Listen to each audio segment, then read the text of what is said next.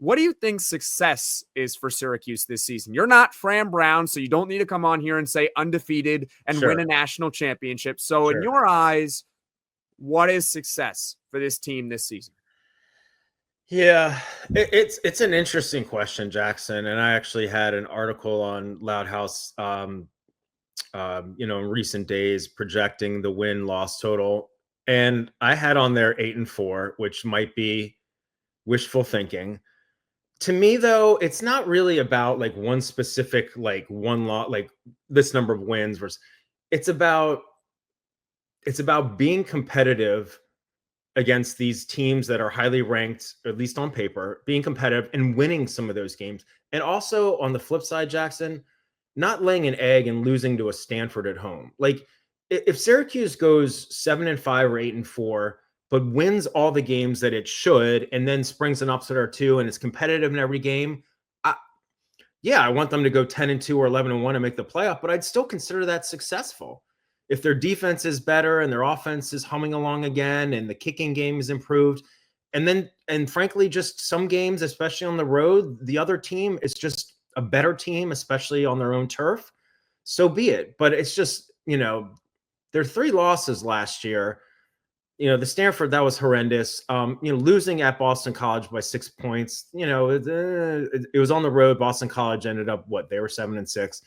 The Pitt loss at the time didn't look terrible. It was an awful loss in terms of the game itself, but it didn't look as bad. But then Pittsburgh had the slide at the end of the year. So again, if Syracuse can manage the schedule, play well, and get those wins that they should be, especially obviously at home. They're going to need to win all their games at home, or virtually all their games at home, and then spring an upset or two on the road, or against Tennessee and Atlanta, or that Notre Dame game in South Bend when Angeli's going. Then I'll consider it successful. And what does that look like in terms of a number? I mean, 9-3 is just the cat's meow. I mean, that's with that schedule. But again, and you talk about this all the time too. When we look at, they've got, 5 games against ranked teams, and all their games on the road in the ACC are against CFP teams from last year, or teams that are thought to be in the top 4. So like Clemson, SMU, and then Georgia Tech and Miami. And then they've got Notre Dame on the road, Tennessee, so you look at, but that's all on paper. 2 years ago, Florida State was undefeated in the regular season, picked to be number 1, and they finished 2-10 last year.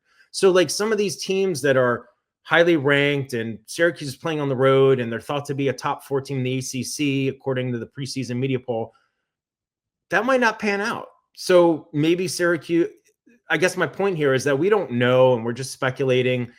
I just want to see them play well, beat some quality teams, not lay any eggs against teams they really should be beating. And if that looks like anywhere from 7-5 to 9-3, cool. I don't want, obviously, 5-7, 6-6. That stinks. We don't want that. But the thing is, Jackson, and then I'll let you chime in.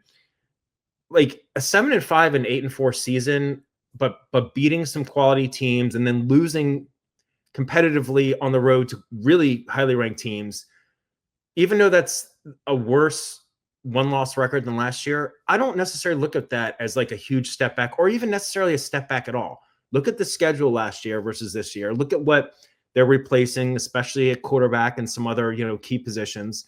It's just playing well, that defense getting better, the offense not totally dropping off, and just being competitive. And when I say being competitive, I don't want to go like 5-7, but lose every game against a tough team by 3 points, because that's still like a moral victory nonsense thing. But still, even if they're going to lose some games to quality teams on the road, for instance, don't get blown out. Make it competitive. If you lose on a last second field goal, that's life. But that's kind of where I am. Anywhere from like the 7-5 to 9-3, again with close games, I'd be fine with. What about you? I was going to say, I don't think you have to match last year's 9-3 regular season, 10-3 overall 100%. to consider it to be a success. First of all, 100%. If they go 9-3 this season, they're going to get strong consideration for the playoff. I'm not going to sit here and guarantee the playoff, because we know it's Syracuse and they might not get a lot of respect by the people who are selecting. But 9-3, they will get consideration. They'll be in the top 15. We'll be watching Selection Sunday thinking there's a chance. There's hope for Syracuse. I would definitely, yeah. And by the way, if they go 9-3 this season, Neil, it's entirely possible they're in the ACC title game. That's because you could sit here and say, well, there are two of those three losses. They could have been non-conference. They could be non-conference. Right. So, I don't want to sit here and say this game against Tennessee doesn't matter because it absolutely does matter. But it doesn't But in terms of the ACC and trying to win the conference, it doesn't matter. Who cares what happens against Tennessee? Who cares what Clemson does to LSU or win or loss? Right. At the end of the season, if Syracuse goes 7-1 in the ACC, but they're 9-3 overall, guess what? They're playing for the ACC title. If you win the ACC championship game, you're basically in the college football playoff. It's not 100% guaranteed because of the rules, top 5 champions, but you would assume the ACC champion would be in. But regardless, I don't think they have to match 9-3. I think to your point, you got to be competitive in most, if not all of these games. And at some point, you also have to win. Yeah, I agree. You just have to win. Yep. And I said this on Friday when I was giving my season prediction, which, by the way, my season prediction, in case you missed it, 7-5 for this season. And I just broke down categories of they need to go this record against these set of games, and they need to do this against that. If you're a good team, you're going to find a way to beat good teams. Right. That's what they do. I don't hear the Georgia Bulldogs every year complaining about their schedule. You know why? Because they know they're the best. And to be the best, you have to beat the best. Exactly. They know they're best or among the best every single year. So they go and they look at the schedule and they say, oh, we got to play Texas. We got to play Alabama. We got to play Ohio State or something at some point, maybe non-conference. I don't know. Point being, if you're a good team, you beat good teams. So if Syracuse is a good team, they should be able to find a way to go on the road and beat a Miami, or go on the road and beat an SMU, or how about win week 1 against Tennessee in a neutral site? Yep. You're a good team, Syracuse. Find a way to go beat good teams. So to me, that's what success is for Syracuse in 2025. I bet Fran Brown actually likes this game. Now, maybe he would have preferred 1 or 2 of these ACC games against those 4 I mentioned earlier be at home versus on the road. But he's probably like, screw this, man. Let's go kick Tennessee's butt. Let's go to Notre Dame and beat the national runner-up from a year ago. You know what I'm saying? I don't think he's scared of anyone. I mean, we'll see what that means in terms of wins and losses. But I agree with you. And as I'm sure you saw, in recent days, they had some updated guidance from the CFP selection committee about they're looking at metric, strength of schedule, strength of record. In essence, they're saying if you lose to high quality teams, you're not going to get penalized, so to speak. But if you lose to a Stanford at home, you'll get dinged for that. And so that's good. I mean, I think that's good for Syracuse, assuming they win some of these games.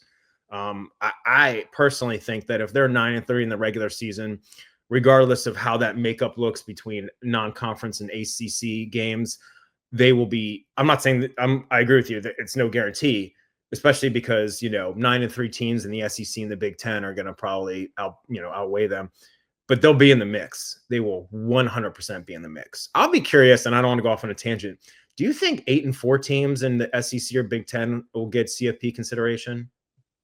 Give me the brand. The big brands, the top brands, Texas and Alabama, Penn State, Ohio State, and Michigan. Yes. If you're talking about some of the lesser or medium brands, like an Ole Miss or South Carolina, or like Georgia Tech. Nope. Nope. No. I don't want to sit here and say I think even Tennessee, which is a big brand in the SEC, I think even Tennessee at 8-4 is not a college football playoff team. Agreed. I think it really comes down to heavy brand bias for 8-4. I really don't see a scenario where any of them actually get in. Yeah. I mean, you never want to put anything past the committee, but 8-4. I mean, what are we doing here? If someone's going in at 8-4, well, yeah, I know, I agree. And then obviously, again, not to go off too far here, but the Big Ten with their 24 or 28 team, proposal for this. I mean, it just waters it down. I mean, again, I know in March Madness and in basketball, there's 68 teams, but it's a different sport. It's just so anyway, but I agree with you about Syracuse. They gotta win some of these tough games though. They gotta win. I'm not gonna be a good team. Yeah. It's as simple as that. They beat Miami last year. Beat Georgia Tech last year. Right. I mean, both are on the road, so it's harder, but whatever. Just go win on the road. I don't know.